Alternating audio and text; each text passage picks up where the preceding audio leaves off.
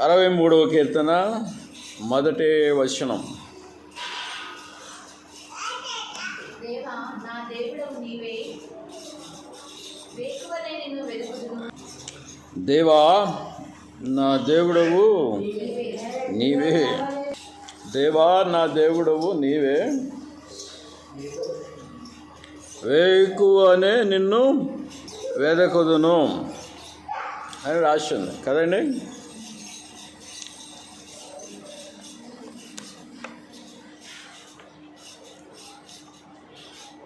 ఇక్కడ కూర్చున్న వారిలో ఎంతమంది వేకువనే లేచి ప్రార్థన చేస్తున్నారు? ఏమనుంది? వేరే ఒక మాట రాసి ఉంది, వేకువనే లేచి నిన్ను వెదకుదును. ఈ పని ఎంతమంది చేస్తున్నారు? వేకువ అంటే ఏ సమయం అని భావిస్తున్నారు? వేకువ అంటే ఉదయమా? కరెక్టేనా? ఉదయం 4-5 గంటలప్పుడు. అప్పుడు ఆ సమయమున లేవాలి. నిన్ను వెదకుదును అని రాసి ఉంది. వెదకటం అంటే ఏంటి? ఆ టైంలో వెదకటం ఏంటి? ఆ సమయంలో వెదకుట అనేది ఇక్కడ నేర్పింపబడుతున్నాం.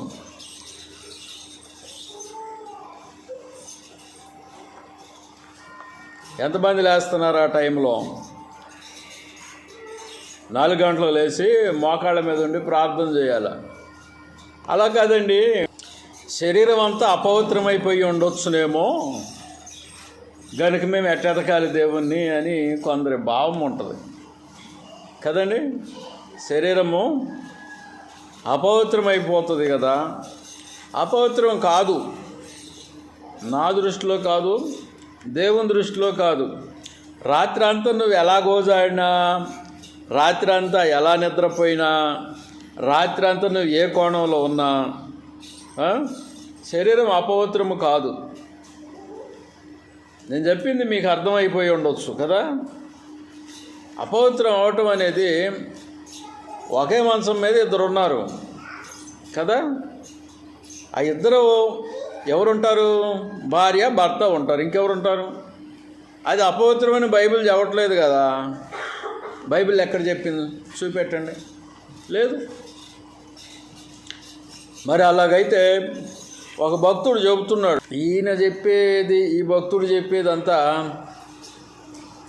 హైందవ పద్ధతి ప్రకారంగా చూసినట్లుంది ఆయన చెప్పేది. కానీ క్రైస్తవ గ్రంథ ప్రకారంగా చూస్తే అక్కడ అపవిత్రం అనేది రాయబడలేదు. ఎందుకనగా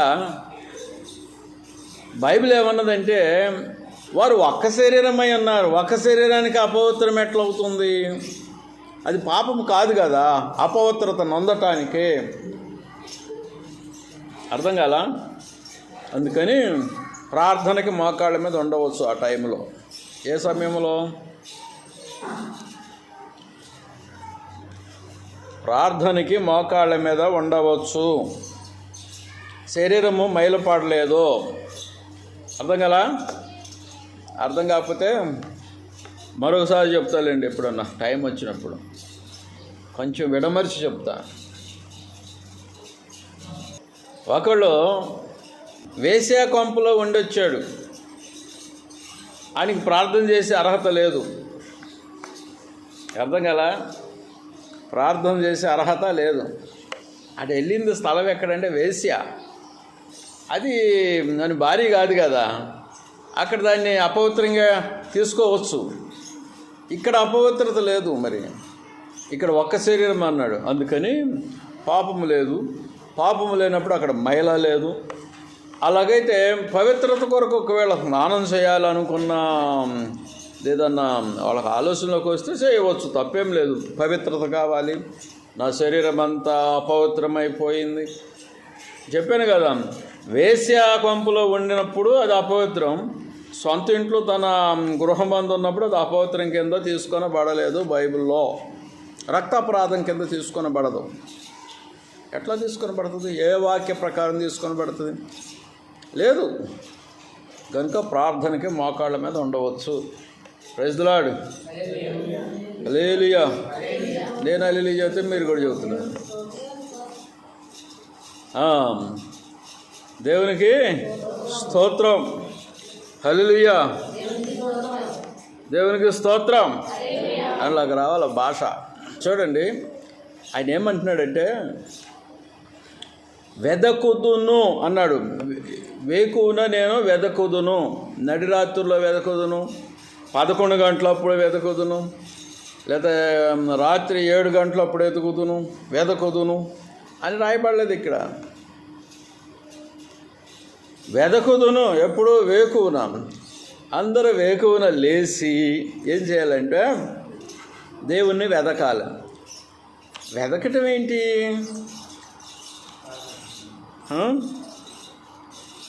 కొందరు ఏం చేస్తారంటే దేవుణ్ణి ఎక్కడ ఎదుగుతుంటారు చెప్పాలా?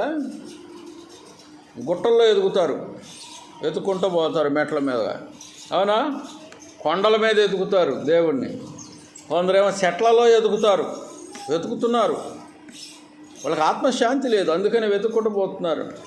కొందరు తీర్థ స్థలాల్లో వెతుకుతున్నారు దేవుణ్ణి, కొందరు పుణ్యక్షేత్రాల్లో వెతుకుతున్నారు. దేశం మీద ఎంత వెతికినా వాళ్ళకి దేవుడు దొరకట్లేదు. ఎందుకని? వాళ్ళు వెతకవలసిన రీతిలో వెతకట్లేదు కనుక దేవుడు దొరకలేదు. ఆత్మశాంతి ఉండదు. ఆత్మశాంతి ఎప్పుడు వస్తుందంటే దేవుణ్ణి వెతుకుతూ పాపమును చేయకుండా ఆగితే, దేవుణ్ణి వెతుకుతూ పాపం చేయకుండా ఆగితే అప్పుడు ఆత్మశాంతి వస్తుందండి, నెమ్మది వస్తుంది. లేకపోతే రాదు. మనస్సాక్షి తప్పు మోపుతూ ఉంటుంది, తప్పు మోపుద్ది.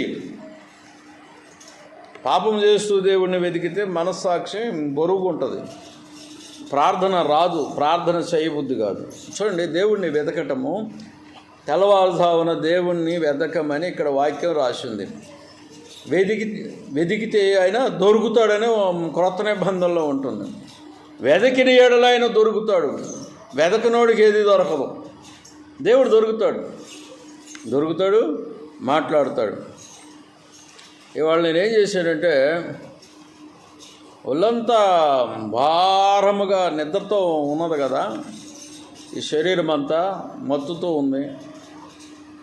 700 కిలోమీటర్లో ఒక బ్లడ్ షుగర్ పేషెంట్ ప్రయాణం చేస్తే ఎంత భారం అవుతుందంటే శరీరము అంత భారం అవుతుంది. ఆ భారంతో ఉన్న ఈ శరీరము 2-3 రోజుల దాకా నొప్పులు తగ్గట్లా. అట్లా పడుకుంటే మెలుకుతూనే ఉంటాం కానీ లేకపోతే కాదు. అలాంటి వాతావరణం. పెద్ద దెయ్యం వచ్చింది. అర్థం కాలా? మీకు అర్థం కాదు. చాలా పెద్ద దెయ్యం వచ్చింది, నా దగ్గర ఆగింది. కారణం ఏంటంటే మీ దగ్గరికి రాలేదా ఎప్పుడు కూడా అలాంటిది? ప్రార్థన చేయకుండా పండుకుంటే అంతే వస్తుంది, దెయ్యం వస్తుంది, దగ్గర వచ్చి బెదిరిస్తూ ఉంటుంది. ఏ కోణంలో నిన్ను బెదిరించాలో, ఏ కోణంలో భయపెట్టాలో ఆ కోణంలో భయపెడతా ఉంటుంది. నేను ప్రార్థన చేయలేదు, ఒళ్ళంతా విరిగిపోయినట్టుగా ఉంది.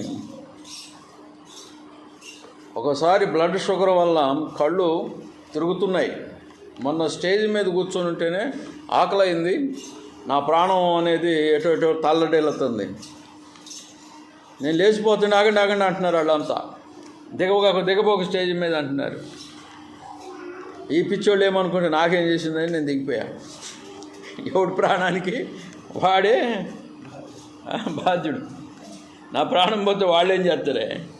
నేను అసలు రానన్న బాన్సాను, నా పెళ్ళొద్దు పాడొద్దు వాళ్ళే చేసుకోమని అంటే ఈ గాంధార్ దగ్గర నుంచి వెనక అంటుంది ఈ అమ్మ. వీళ్ళ పెళ్ళిళ్ళు నా ప్రాణం తినటానికే అన్నా. ఎందుకంటే ప్రయాణం ఏడాడ ప్రయాణం అండి, విజయవాడ దగ్గర పోవాలి. బాబోయ్, ఆ కారులో సీట్లో కూర్చున్నంతసేపు కిందకి దిగినప్పుడు వల్ల కాళ్ళు స్ట్రైక్ అవుతున్నాయి, పట్టుకుంటున్నాయి, నరాలు పట్టుకుంటున్నాయి, రక్త ప్రసరణ డౌన్లో ఉంటుంది కూర్చొని. అందుకని నేను రాలేనంటే నడు అల్లుడి గారు ప్రతాపం చూపెట్టాలి అక్కడ. అల్లుడిని చూసి అత్తగారు ఏం చేయాలంట, పోజులు కొట్టాలి అక్కడ. లేకపోతే ఘనత పొందాలా. ఇదిగో మా అల్లుడు ఎంత పెద్దగా ఉన్నాడు, ఆ స్టేజ్ మీద వాళ్ళు ఇచ్చింది లేదు, ప్రసంగం లేదు, పాడలేదు. అయినా కూడా వయసు పెద్దగా అయింది కదా, ఘనత పొందొద్దా, మర్యాద వద్దా? ఇంత దూరం నుంచి ఒళ్ళంతా ఎరగొట్టుకొని మీ ఇంటికి వస్తే మర్యాద లేదు, నా ఘనత లేదు, ఏది లేదు. రాత్రికి రాత్రి దూసుకొని పోయా ఒక ఊరు. ప్రసంగం యూట్యూబ్లో పెట్టా, చూసుకోండి. ఒక గ్రామంలో ఒక చిన్న ప్రసంగం చేశా, యూట్యూబ్లో పెట్టా, వినండి. అది సిమిరియాల మెసేజ్ అని పెట్టా. Praise the lord, hallelujah. నేను ఎటు వెళ్ళినా వాక్యం చెప్పడానికి వెళుతుంటాను, చిన్న సంఘాల దగ్గర కానీ పెద్ద సంఘాల దగ్గర కానీ. ఎక్కడికి వెళ్ళినా దేవుని వాక్యం బోధిస్తా. నేను చేసే పని ఏందో అవతలోళ్ళు గుర్తుంచుకోవాలి. ఉంచుకొని 4 మాటలు వాక్యాలు చెప్పయ్యా అనాల. నేను ఉపోద్ఘాతం చేస్తుంటే ఒక ముసలమ్మ, అయ్యగారు వాక్యం చెప్పవా మాకు అంటుంది. ఆ ముసలమ్మ ఏం చేయాలి పాపం. అప్పటికే 58 నిమిషాలు అయింది మాట్లాడి 58 నిమిషాల తర్వాత అయ్యగారు మాకు వాక్యం చెప్పవా అంటుంది. టైం మోస్ట్ అయిపోయింది. కడుపులో మన గ్యాస్ అంతా గిరగిర తిరుగుతుంది. మటన్ పెట్టారు కదా, మేక కూర, ఆ తాలింపు అన్నం, మేక కూర అదంతా తినేసరికి లోపల కడుపు ఆ గ్యాస్ తయారయ్యి మటన్కి ఒకటే నొప్పి. అయినా కూడా అట్లనే వదులుతున్న వాక్యాన్ని ఏం చేయమంటాం కదా. అర్థం చేసుకోవాలి ఎందుకు వచ్చాడు ఇక్కడికి. అల్లుడైతే వేరే వాళ్ళైతే, ఒక సేవకుడు ఎందుకు వచ్చాడు, పెద్ద ఆయన దూరం నుంచి వచ్చాడు కనుక కాస్త వాక్యం ఇద్దామని ఆలోచన లేకపోయింది అక్కడ సంఘస్థులకి. నాకేం దొరద పట్టింది మీ దగ్గర కూర్చోవాలని. అసలే కళ్ళు తిరుగుతున్నాయి కనుక నా మనసు అనేది స్టేజ్ నుంచి దిగిపో ఉంటుంది. ఈ లోపల కుర్చీ వెనక్కి జరుపుకో అంటున్నారు. ఇదే వదిన అనుకున్నా, లేచి అక్కడి నుంచి కిందకి దిగి వెళ్ళిపోయా. కుర్చీ వెనక్కి జరుపుకోమంటున్నారు చూడు. అక్కడ వాళ్ళు ఎవరు నిలబడ్డారు, వచ్చి కుర్చీ వెనక్కి జరుపుకోమని చిన్నగా చెబుతున్నారు వెనక నుంచి. అదును దొరికింది పొద్దున కానీ అక్కడి నుంచి లేచి వెళ్ళిపోయి. దేవునికి స్తోత్రం, హల్లెలూయా. మళ్ళీ హల్లెలూయా చెప్తున్నారు చూడు. దేవునికి స్తోత్రం. అట్లా రివర్స్ కావాలి అది పదం, అప్పుడు అర్థం వస్తుంది. యెహోవాని వెదకుము, వెతికితే దొరుకుతాడు. ప్రార్థన చేయకపోతే దయ్యం వస్తుంది అక్కడికి.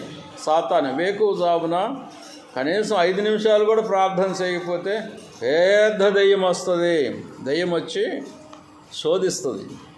నువ్వేందో అపవిత్రమైన పనులు చేస్తున్నట్టుగా అయ్యో చూపిస్తుంది. ప్రార్థన చేయకుండా పడుకున్నాడు వీడు, దేవుని కుమారుడట. దేవుడు అక్కడికి దయ్యాన్ని అనుమతిస్తాడు. అది వచ్చి ఇష్టం వచ్చినట్టు ఊరేగుతూ ఉంటుంది, భయపెడతా ఉంటుంది.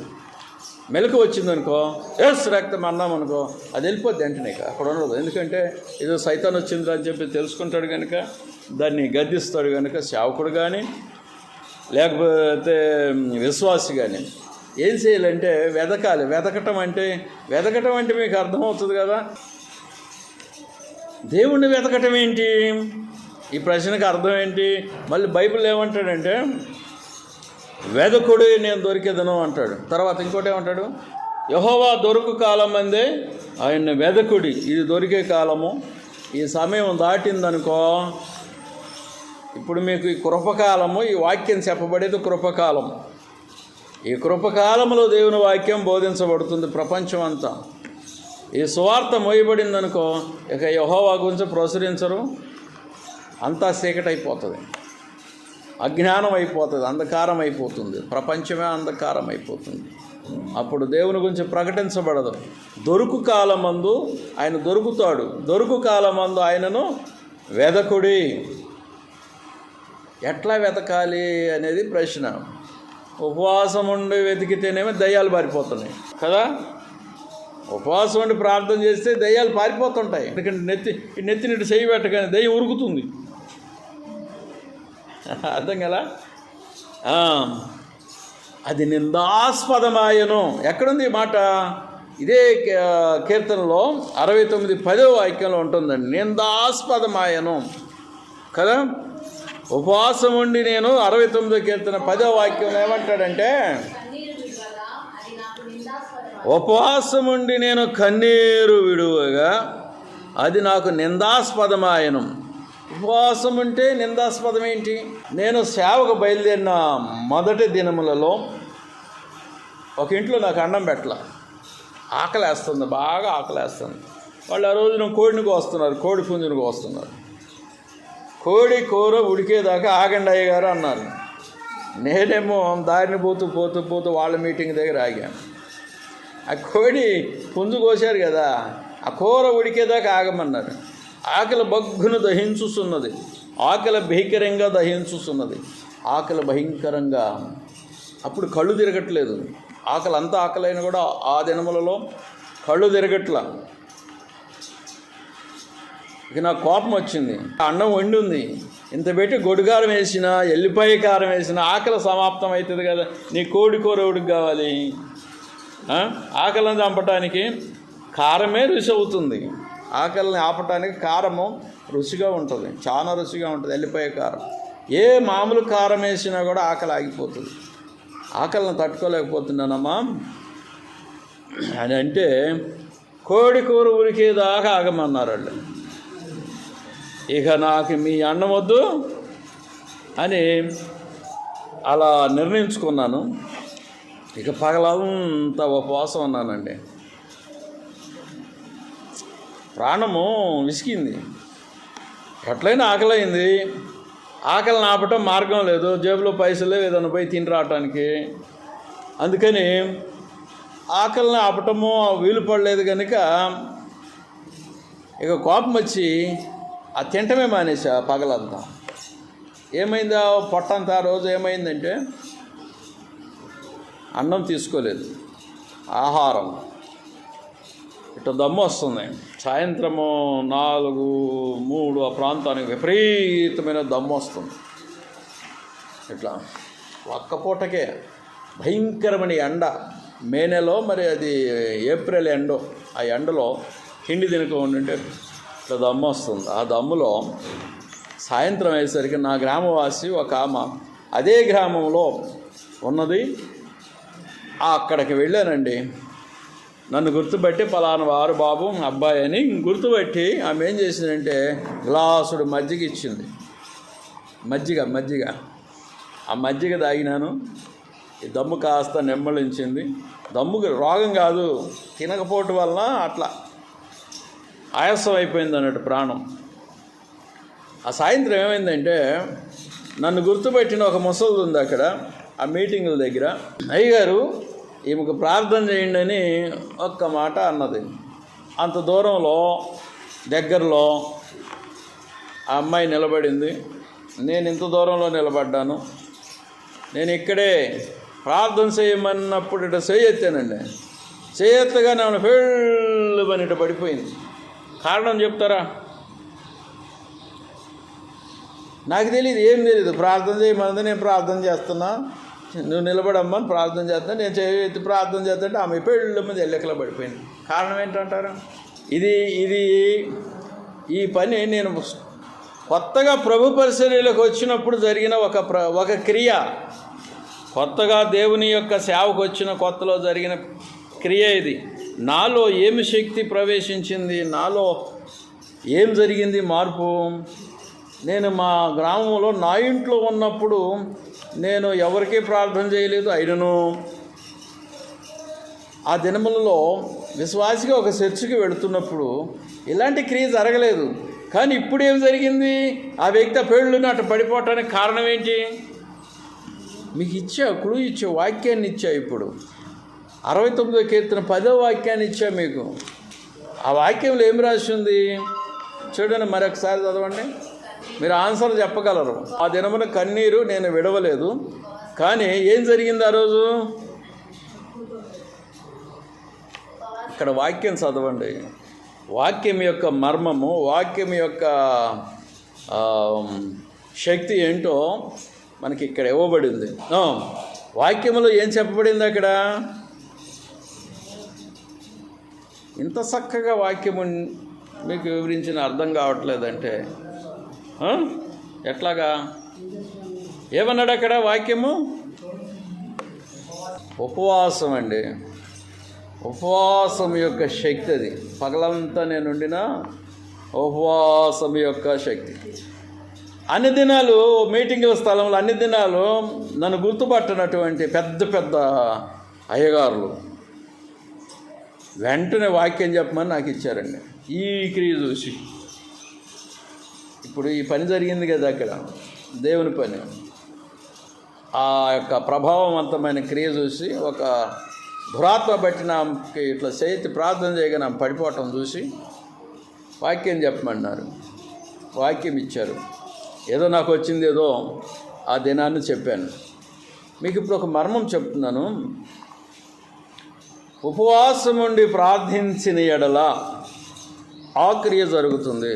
ఉపవాసం లేకుండా మామూలు ప్రార్థన చేస్తే ఆ క్రియ జరగదు. అర్థం కదా?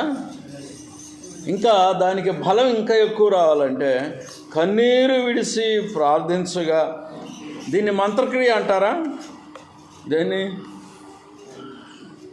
మనం ఉపవాసం అండి ప్రార్థన ఇతరుల కొరకు చేశాము, అక్కడ ఒక అద్భుతం జరిగింది, దాన్ని మంత్రక్రియ అంటారా? ఎట్లా అంటావు?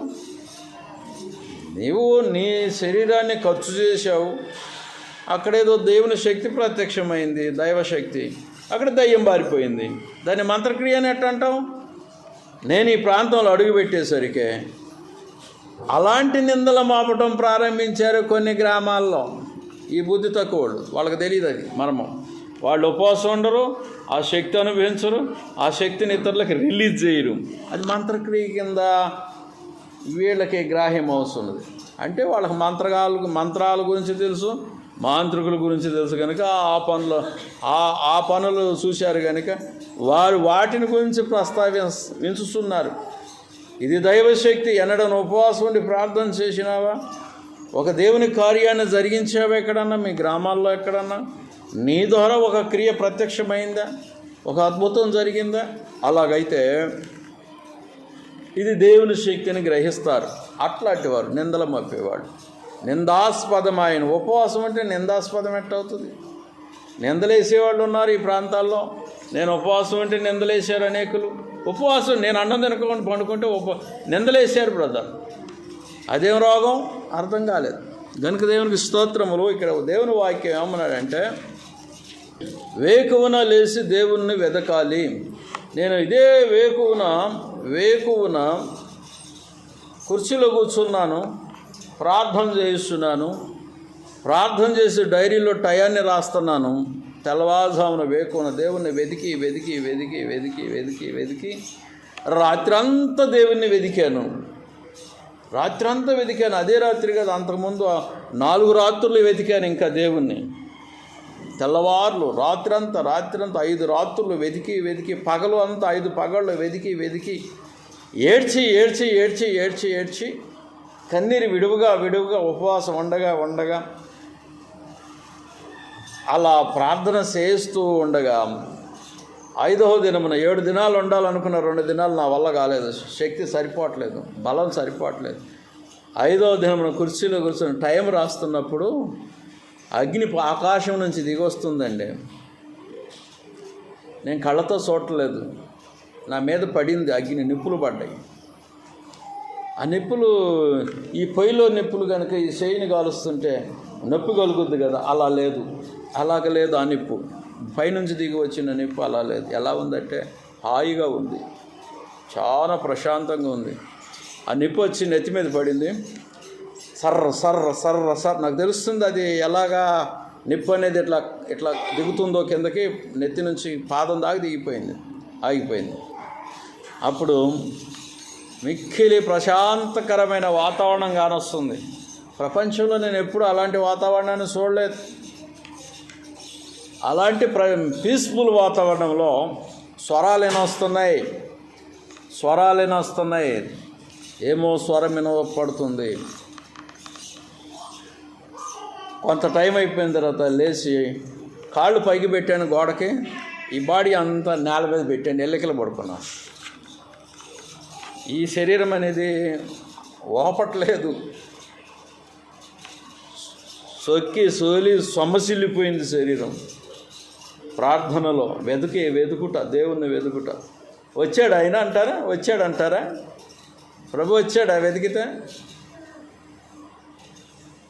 ఇది నా అనుభవం, నేను చెప్పేది నా అనుభవం. ప్రభు వచ్చాడా రాలేదా? వెతకగా వెతకగా వెతకగా వెతకగా దానిలో కన్నీరు ఉంది, ఉపవాసం ఉంది, కన్నీరు ఉంది, ఆ రోజుల తరబడి గోజాడిన అనుభవం ఉంది, గంటల తరబడి గోజాడిన అనుభవం ఉంది. 2-3 గంటలు కాదు, ఒకరోజు 23 గంటలు గోజాడాయి. 1-2 గంటలు అటు పడుకున్నా కూడా నిద్ర పట్టలేదు. అగ్ని దిగి వచ్చింది. ఒకసారి వెతుకుతూ కాళే బ్రదర్ ఏం చేసిండంటే నాతో ఉపవాస ప్రార్థనలో ఉన్నాడు. ఒకసారి తనతో సహా మార్కు కూడా ఉన్నాడు, ఈ బాబులుగా మార్కు. రండి ఉపవాస ప్రార్థన చేద్దామని ఒక గదిలో ఉన్నాం అందరం. కాలేబ్ బ్రదర్కి ఏం కనపడుతుంది అన్నాడు. అప్పుడు గుర్తుందా? మర్చిపోయావా?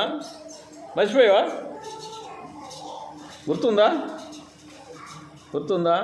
నా బొట్టన వేలు మీద వెలుగుతుంది అని చెప్పాడండి. కరెక్ట్గా గుర్తు చేసుకో, నేను డైరీలో రాసిపెట్టాను లేదో కానీ. వాళ్ళు ఉపవాసం ఉన్నారు, నేనున్నాను, ప్రార్థనలో కూర్చున్నాం అంతా. సంఘం అభివృద్ధి కొరకు, దేశం కొరకు ప్రార్థన చేద్దాం రమ్మని చెప్పాను. బొట్టన వేలిపోయిన వెలుగు అనేది దివ్యలాగా వెలుగుతుంది. నా వాక్యం నీ పాదములకు దీపము, నా వాక్యము నీ పాదాలకి దీపంలాగా వెలుగుతుందండి. దేవుని వాక్యం నీకు నీ నడకలకి దారి చూపిస్తుంది. తప్పిపోతాం, ఎందుకంటే మానవ జన్మం, మనుషులము, శరీరులము కనుక తప్పిపోతాం. తప్పిపోయినప్పుడు కూడా ఆయన విడిచిపెట్టడం, ఆయన పట్టుకుంటూ విడిచిపెట్టడం, మనం పట్టుకుంటూ విడిచిపెడతాం. వెలుగు, దేవుని వెలుగు అనేది చూశాను, వెలుగును చూశాను, ప్రభు వెలుగును చూశాను, స్వరం విన్నాను, ఆకాశం నుంచి గొర్రెలు దిగి రావడం చూశాను. వెతికితే దేవుడు తన క్రియలను ప్రత్యక్షపరుస్తాడండి. అదే దినములలో ఒక కుష్ఠపుండు కలిగిన వ్యక్తి బాగయ్యాడు, స్పర్శ జ్ఞానం వచ్చేసింది, నడవలేని వాడు నడిచాడు. ఆయన లేడు, భూమి మీద చనిపోయాడు. ఆయన బాన్సువాడే. దేవునికి స్తోత్రములు. ప్రభువును వెతకటము ఏ సమయంలో వెతకాలి అని బైబిల్ చెప్తుంది? తెల్లవారుజామున, వేకువజామున.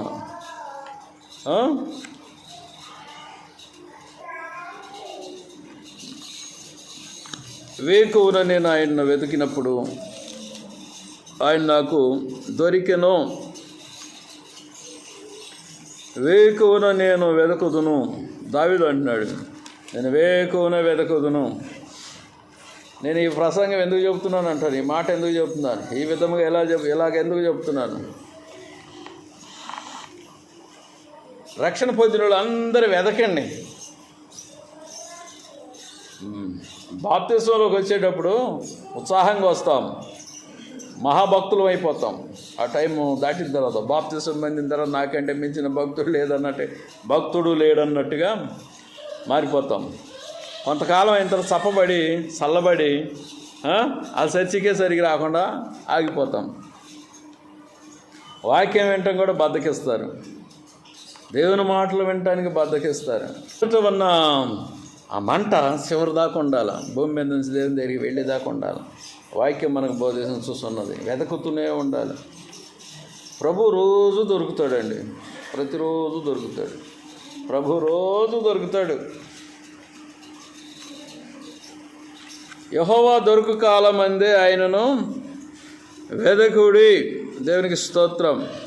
అది ఉపవాసంతో వెతికితే ఇంకా మంచిది, కన్నీళ్లు కలిపితే ఇంకా మంచిది, గంటల గోజాడితే ఇంకా మంచిది. మీలో గంట కానీ 2 గంటలు కానీ 3 గంటలు కానీ ప్రార్థన చేసేవాళ్ళు చేయొద్దండి. 1 గంట ప్రార్థన చేసేవాళ్ళు చేయొద్దండి, 1 గంట. 2 గంటలు చేసేవాళ్ళు చేయొద్దండి, 2 గంటలు.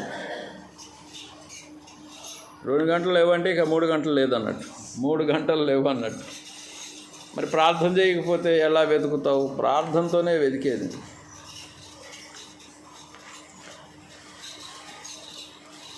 మీకు ఇంతవరకు ఒక్కసారి కూడా ప్రభువు మాట్లాడలేదా? ఇంతకాలం నుంచి వెతికారు కదా, గంట వెతికారు కదా, ఒక్కసారి కూడా ఆయన స్వరం మీరు ఎప్పుడు వినలేదా? ప్రభు స్వరం వినలేదా? ఆ అనుభవం రాలేదా?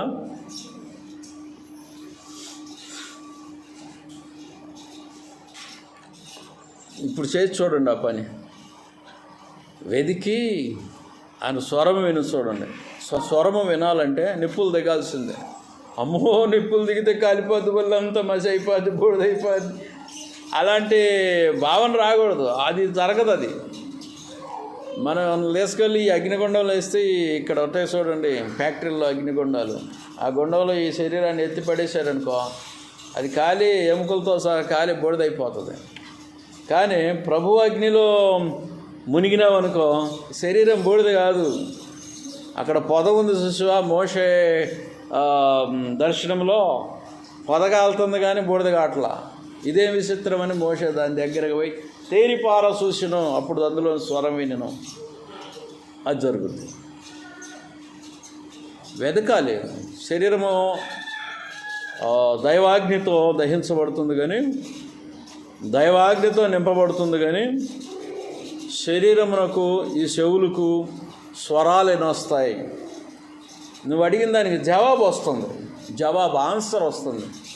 ఆన్సర్ ఇస్తాడు ఆయన. నువ్వు అడిగింది నెరవేరుస్తాడు.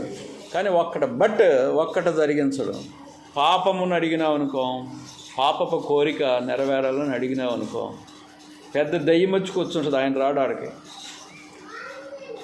నాకు ఇహలోకములు అందగత్తైన చక్కని పెళ్ళం కావాలని అడిగావనుకో, పెద్ద దయ్యం వచ్చి కూర్చుంటుంది. దేవుడు రాడు అక్కడికి. దానికి దేవుడు జవాబు ఇవ్వడం. దయ్యం వస్తుంది, జవాబు చెబుతుంది. లేకపోతే ఇహలోకములో నాకు ఇహలోకం అంతట్లో అందగాడైన భర్త కావాలని అడిగామనుకో, అదంతా దురుద్దేశాలు, పాపపోద్దేశాలు. అలాంటివి జరగవు. లేకపోతే నాకు 50 కోట్ల ఆస్తి కావాలి ఇవ్వమన్నాం అనుకో, అక్కడికి కూడా దయ్యం వచ్చి కూర్చుంటుంది. ఎందుకయ్యా 50 కోట్లు, ఏం చేసుకుంటావయ్యా అంటాడు. కనుక అలాంటి దురాలోచనలతో కూడుకున్న ప్రార్థనలు ఆయన వినడు. మంచి పనుల కొరకు నువ్వేదన్నా అడిగితే ఆయన ఇస్తాడు. Praise the lord, hallelujah. నేను అడిగింది ఏంటంటే, వెతికేటప్పుడు ప్రభు నాకు ఒక మందిరం ఇవ్వని అడిగానండి. అదే మందిరం ఇది. నా దగ్గర 600 తప్ప ఏమి లేవు ఆ దినాల్లో. బ్యాంకులో 600 ఉన్నాయి. 600తో ఇంత పెద్ద బిల్డింగ్ అవుతుంది అంటారా? చెప్పండి. ప్రార్థన శక్తి దిగింది. మన దేవుడు చూపించిన ఒక దర్శనం ఉంది, రాసి పెట్టాడు డైరీలో. అప్పటి డైరీలో ఉంటాయి. నేను 99 డైరీలో ఉంటుంది. అది ఏం మాట్లాడాడు అని రాసి పెట్టాను. పాతకాలంలో మాట్లాడినట్టుగా దేవుడు ఈ కాలంలో మాట్లాడతాడా అని చెప్పేసి కొందరికి ఆలోచన వస్తుంది. మాట్లాడతాడు. మాట్లాడింది జరుగుతుంది. ప్రైజ్ ది లార్డ్, హల్లెలూయా. మళ్ళీ హల్లెలూయా చెప్పారు. హల్లెలూయా, దేవునికి స్తోత్రం. అట్లా ఉల్టా పల్టా వస్తేనే దానికి ఆన్సర్, సరైన ఆన్సర్. వాక్యం చదువుకుందాం. మత్తయి శుభవార్త 3వ అధ్యాయం 11వ వాక్యం. మత్తయి శుభవార్త 3వ అధ్యాయము 11వ వాక్యం. మారు మనసు నిమిత్తము నేను నీళ్లతో మీకు బాప్తిస్మం ఇచ్చుచున్నాను. అది మారు మనసు నిమిత్తం. అయితే నా వెనుక వచ్చువాడు నాకంటే శక్తిమంతుడు.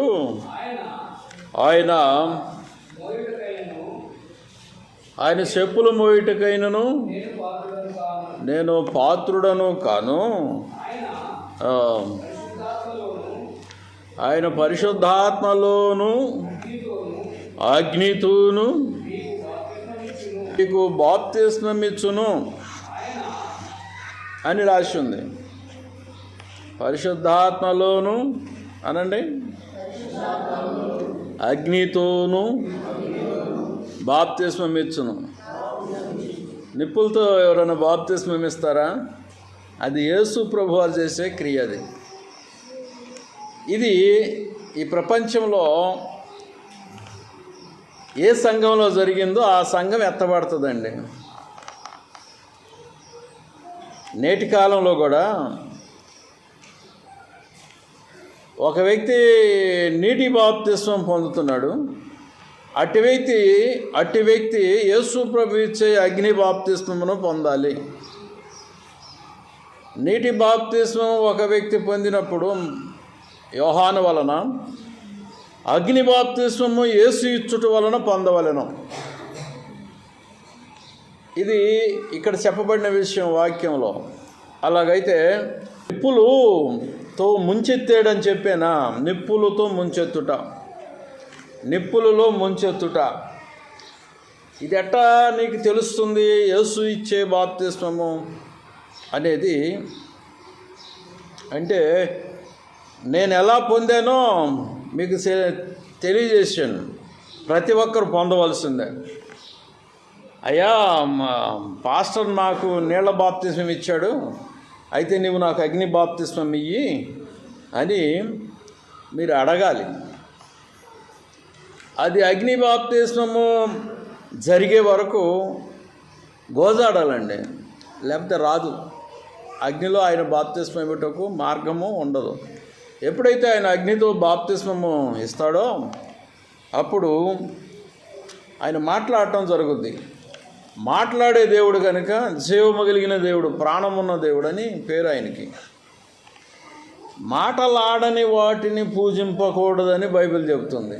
శిలలో అంటారు చూడండి, చెట్లు చేమలు, వాటికి పూజించకూడదు. కారణం ఏంటంటే అవి మాట్లాడవు కనుక. మాట్లాడే దేవుని ఆరాధించాలి.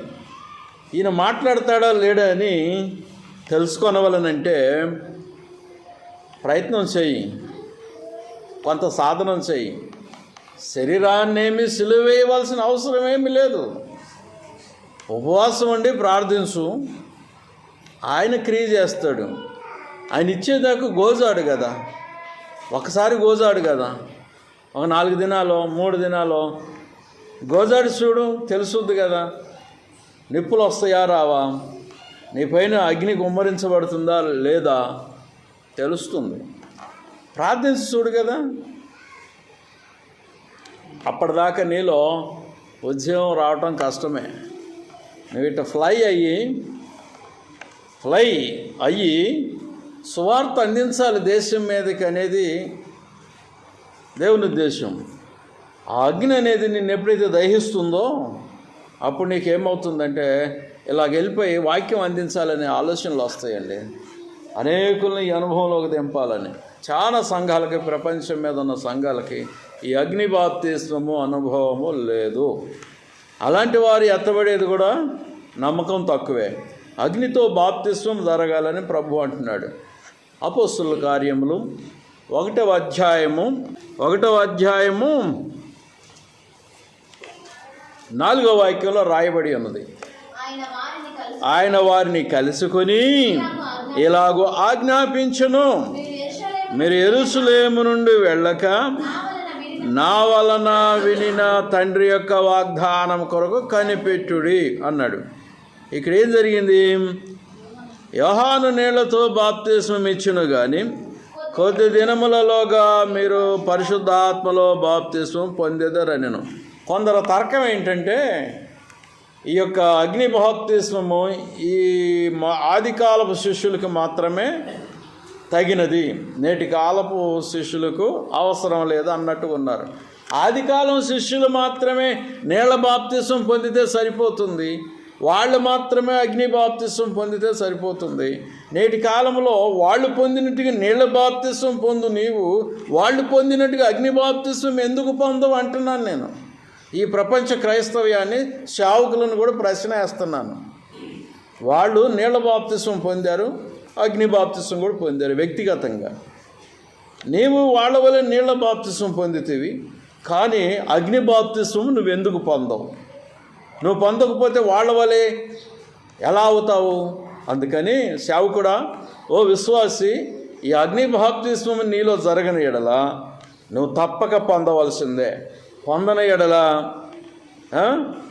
పరలోక అనుభవం అనేది నీకు రాదు, కష్టమే. ఇక్కడ ఏమన్నాడంటే, పుట్టినోట్లో పరిశుద్ధాత్మతో ఆయన బాప్తిస్మం ఇచ్చును. 5వ వాక్యంలో ఉన్నట్లుగా పరిశుద్ధాత్మలో బాప్తిస్మం పొందిదరనెను. పరిశుద్ధాత్మలో బాప్తిస్మం పొందుట. ఆయన ఏమన్నాడు? అగ్నితో బాప్తిస్మము, నీళ్లతో బాప్తిస్మము, నిప్పులతో బాప్తిస్మము. యెషయా గ్రంథం 6వ అధ్యాయంలో ఉంది. నిప్పులతో బాప్తిస్మము జరుగుతుంది. ఆ నిప్పులతో జరుగుతుంది. అక్కడ అగ్ని కణాలు ఉన్నాయి బలిపీఠం మీద. ఆ కణాలను తీసుకొచ్చి, కారుతో నిప్పు తీసుకొచ్చి యెషయా పెదవులకు తగిలిచ్చాడు. అప్పటి వరకు నేను అపవిత్రుడును, చెడిపోయిన వాడును, పనికి మాలిన వాడను, దిక్కుమాలిన వాడను అన్నోడు, ప్రభు ఇప్పుడు నన్ను పంపు, నేను వెళ్తాను అంటున్నాడు. అగ్ని తగలగానే, నిప్పు తగలగానే నేను వెళ్తాను, నీ చిత్తం ప్రభు అంటున్నాడు. అప్పటి వరకు నువ్వు సువార్తకు బయలుదేరవు. ఒకవేళ నువ్వు సువార్తకు బయలుదేరినావు అనుకో, అలాంటి నిప్పు తగిలినప్పుడు నీ ఊరోళ్ళందరూ నిన్ను ఒక పిచ్చివానిగా భావిస్తాడు. ఫస్ట్ పిచ్చివానిగా భావిస్తారు. తెలియదు వాళ్ళకి, దేవుని అగ్ని అనేది వాళ్ళకి తెలియదు. అందుకని దేవుడు మాట్లాడతాడని వాళ్ళకి తెలియదు. వాళ్ళు జీవం లేని వాటిని ఆరాధిస్తున్నారు కనుక అవి మాట్లాడవు. ఆ అగ్ని అనేది వాళ్ళకి తెలియదు.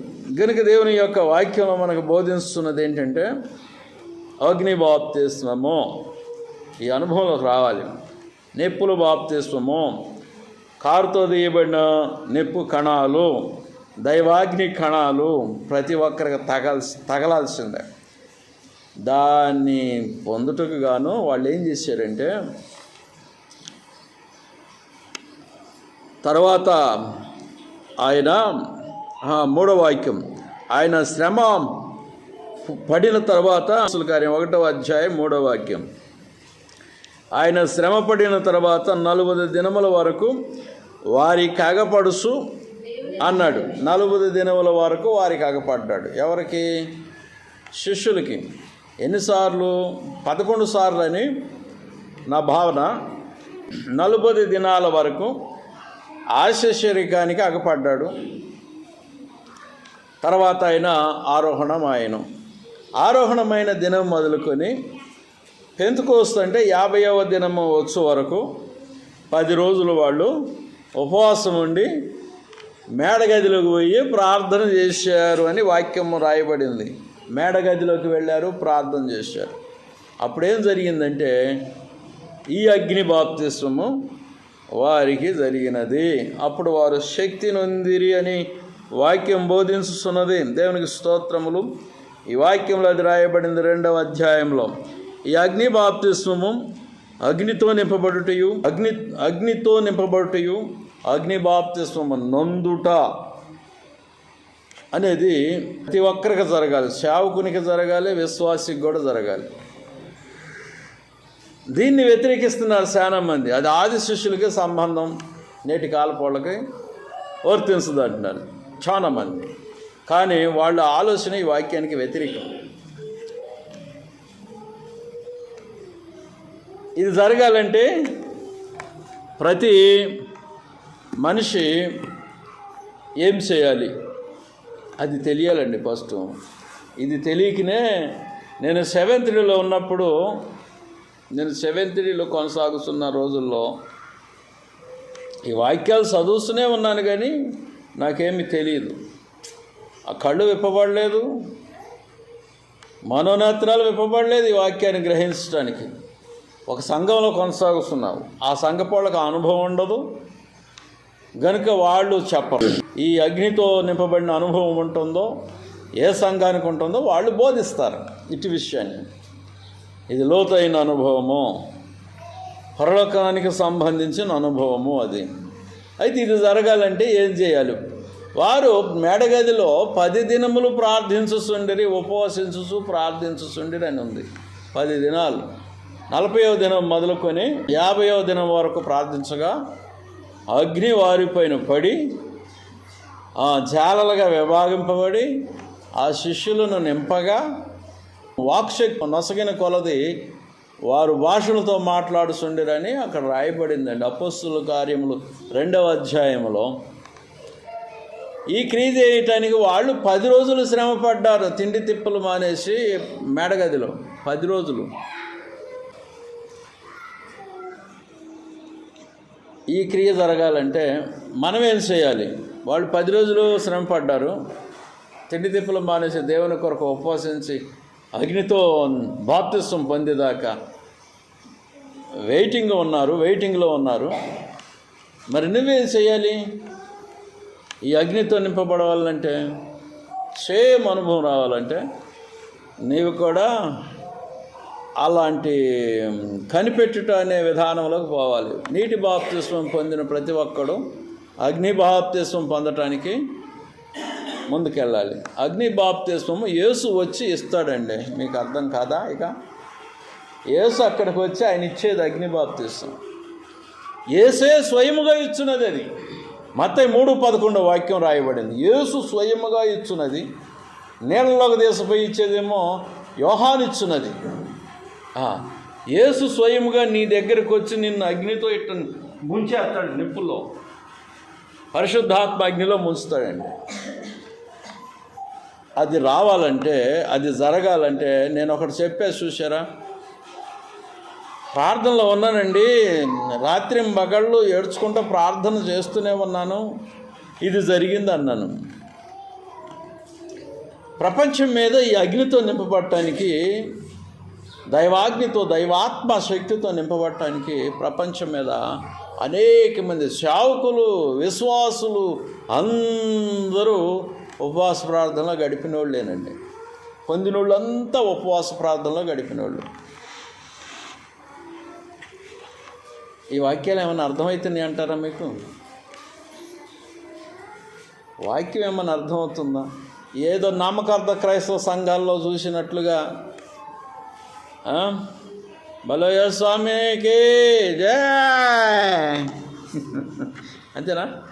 స్తోత్రం, మీకు ఆత్రం అయిపోయింది, భక్తి అయిపోయింది, ఇక పోండి సందాలేసి కానుకలేసి. అది నడవదు, అది కలవదు. లేకపోతే కొన్ని సంఘాల్లోకి పోయినప్పుడు ఈ అగ్నితో నింపబడటం అనేది వారి బ్రతుకుల్లో ఆ సంఘాల్లో కూడా ఉండదు. కారణం ఏంటంటే దానికి శ్రద్ధ వహించట్లేదు, ఆసక్తి చూపట్లేదు. అగ్నితో నింపబడటానికి, ఆత్మతో నింపబడటానికి దీనికి ప్రధానమైన హేతు ఏంటంటే, అగ్నితో నింపబట్ట, ఆత్మతో నింపబట్ట కొరకు ప్రధాన కారణం ఉపవాస ప్రార్థనలో ఉండి ఆ ఆత్మని ఇవ్వమని అడగాలండి. అడిగేదాకా ఆయన ఇవ్వడం. నేను ఆ దినాల్లో ప్రార్థించకపోతే ఈ మందిరం రాకుండా, నా చేతిలోకి ఈ స్థలం రాకుండా. ఆయనకు తెలుసుగా, మందిరం ఇవ్వాలని తెలుసు, డబ్బులు ఇవ్వాలని తెలుసు, మందిరం కట్టాలని తెలుసు, షెడ్ కట్టాలని తెలుసు, సింగికి ఇన్ని అవసరాలు ఉన్నాయని తెలుసు కనుక ఇస్తాడుగా. ఇవ్వడం తెలుసు, ఇన్ని అవసరాలు ఉన్నాయి, ఇదంతా ఉందని తెలుసు, కానీ ఇవ్వడం. కారణం నువ్వు అడగలేదు కనుక ఇవ్వడండి. అడిగితే ఇస్తాడు. నువ్వు ఆయన కొడుకు కదా, అడగాలి. కొడుకు కనుక అడగాలి, కుమార్తె కనుక అడగాలి. అడిగితే ఇస్తాడు. ఆయనకి తెలుసు నీకు ఇది కావాలని. కారు కావాలని తెలుసు, నేను అడగంది ఆయన ఇడు. అట్లా నాకు మంచి ఇల్లు కావాలని తెలుసు ఆయనకి, కానీ నేను అడగపోతే ఆయన ఇడు, అడగపోతే ఇవ్వడో. అట్లాగండి. కనుక దేవునికి స్తోత్రములు. మరి మీరు చేయండి, ప్రార్థన చేయండి. ప్రార్థన చేస్తే అది జరుగుతుంది. అది జరిగిన తర్వాత మీరు చెప్పింది జరుగుతుంది. ప్రైజ్ ది లార్డ్, హల్లెలూయా. మీరు ఏమి చెబుతారో అది జరుగుద్ది. ఇది అవుగాక, నెత్తి తలంపులో వచ్చింది, ఇది అవుగాక.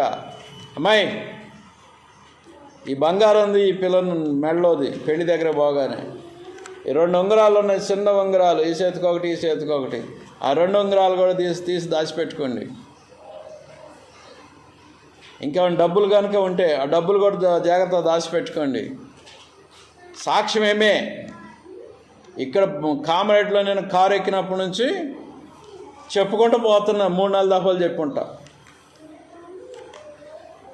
డబ్బులు పోతాయి, ఫోన్లు పోతాయి, బంగారం పోవచ్చు, ఏదన్నా పోతుంది వస్తువులు.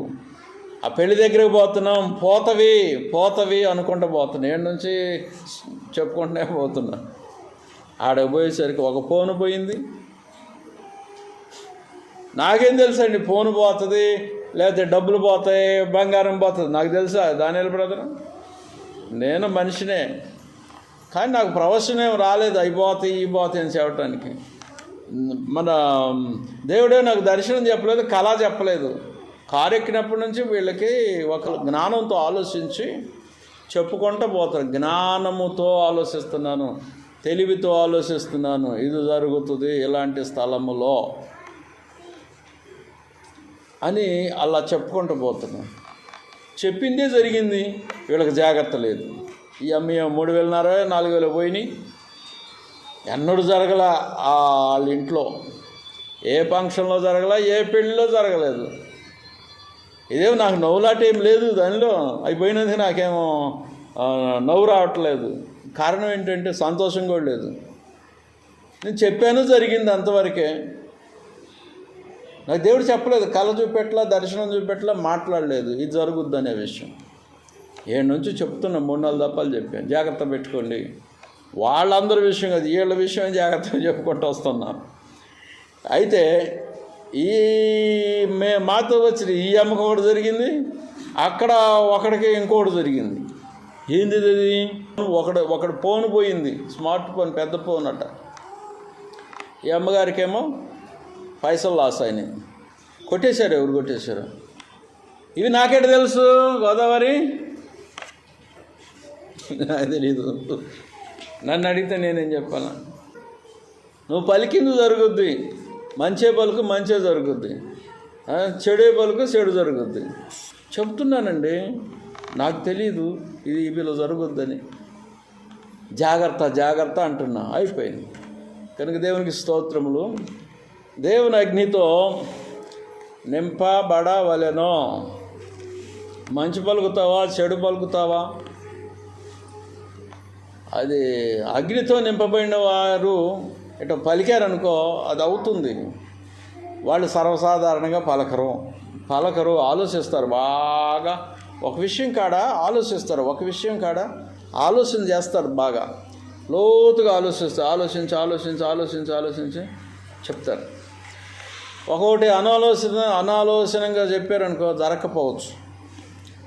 కనుక ఒకటి ఫెయిల్ కూడా కావచ్చు, చెప్పలేము. కనుక దేవునికి స్తోత్రములు. ప్రార్థన అనేది కన్నీరు, ఉపవాసంతో గంటల తరబడి గోజాడండి. ఏదో ఒక రోజు నిన్ను అభిషేకిస్తాడు దేవుడు. అది అభిషేకము, అది ఆత్మాభిషేకము. ఆత్మాభిషేకం పొందని వానిని నెత్తిన చేయబెట్టి ప్రార్థించిన ఎడల, అంటే సేవకునిగా అభిషేకించిన ఎడల లాభం లేదు.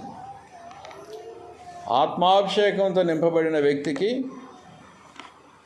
సేవకుడిగా అభిషేకించే అవకాశాలు కూడా ఉంటాయి. వాళ్ళని సేవ చేయమంటానికి దేవుడు ఏదైనా ఆజ్ఞ కూడా ఇవ్వచ్చు. వాళ్ళు చెప్పే సాక్ష్యాలను బట్టి తెలుస్తుంది. సాక్ష్యాలు, తర్వాత ప్రమాణాలు, రుజువులు కొన్ని ఉంటాయి. వాటిని బట్టి ఈ వ్యక్తి సేవకు వాడబడతాడని పెద్ద సేవకులకు తెలుస్తుంది. కనుక వాళ్ళని అభిషేకించి సేవకు పంపుతారు ఎక్కడన్నా, ఆత్మలు రక్షించడానికి. కనుక దేవునికి స్తోత్రములు. ఇది ఇప్పుడు అగ్ని అభిషేకం అనేది, అగ్ని బాప్తిస్మం అనేది మత్తయి 3:11 రాయబడిందని ఆ వాక్యం అనేది ఆ యేసు ప్రభువారు ఇచ్చేదండి. అది మేమేమో మా చేత కాదు, మాకు రాదు. అది నీళ్లలో తీసిపోయి ముంచేస్తాం బాప్తిస్మంలో. వాళ్ళు ఏదో 10వ భాగాలు కానుకలు ఇస్తారు. వాళ్ళు సంపాదించిన దాంట్లో 10వ వంతు తీసి ఇవి మీ సేవ కొరకు వాడుకోండి అని వాళ్ళ కష్టార్జితంలో నుంచి తీసి మాకు ఇస్తే మేమేదో ఆహారం తింటూ దేవుని కొరకు 4 వాక్యాలు చెప్తాం అన్నట్టు. వాళ్ళల్లో సేవ కొరకు అన్నట్టు. మేము చేసేది నీటి బాప్తిస్మము, యేసు ప్రభు ఇచ్చేది అగ్ని బాప్తిస్మము. నా వెనక వచ్చువాడు అగ్నితోనూ పరిశుద్ధాత్మతోనూ బాప్తిస్మం ఇస్తాడు. ఆత్మతో నింపేస్తాడు. ఇట్లా నీళ్ళలో ముంచేసినట్టుగా ఆత్మలో ముంచేస్తాడు, దైవాత్మలో ముంచేస్తాడు.